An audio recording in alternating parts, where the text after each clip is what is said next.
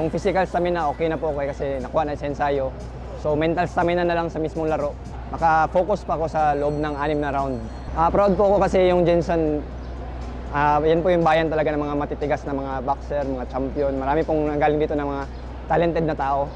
Malapit talaga siyempre si Senator Manny, sila Dadoy Andujar, Ripasones, mga boxer po nang naging trainer ko. Siyempre blow by blow to, so hindi to pwede yung forma-forma. Suntukan po talaga.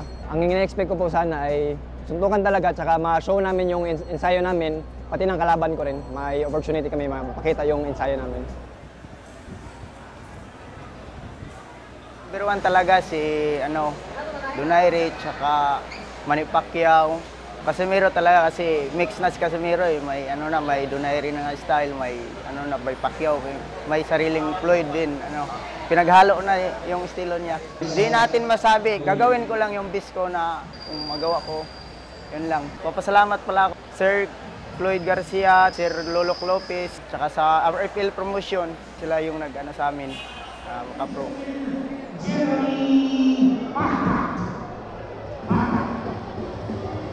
Reinforcing Paulo Vincent Fortun.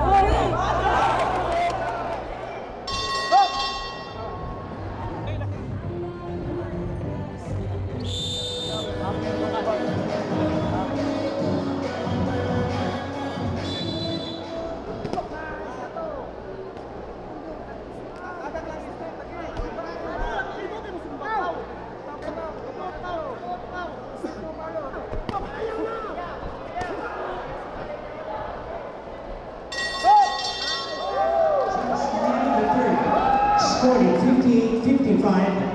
Winner by unanimous decision, Paulo Vincent Fortun.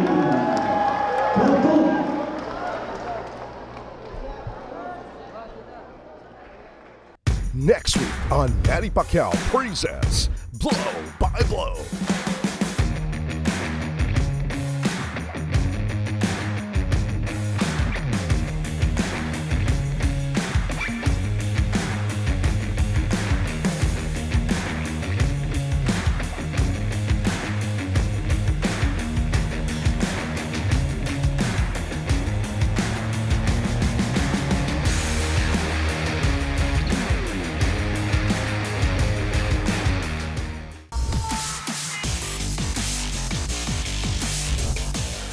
Nabugbog na siya rito ng katakot-takot, but he's not backing down.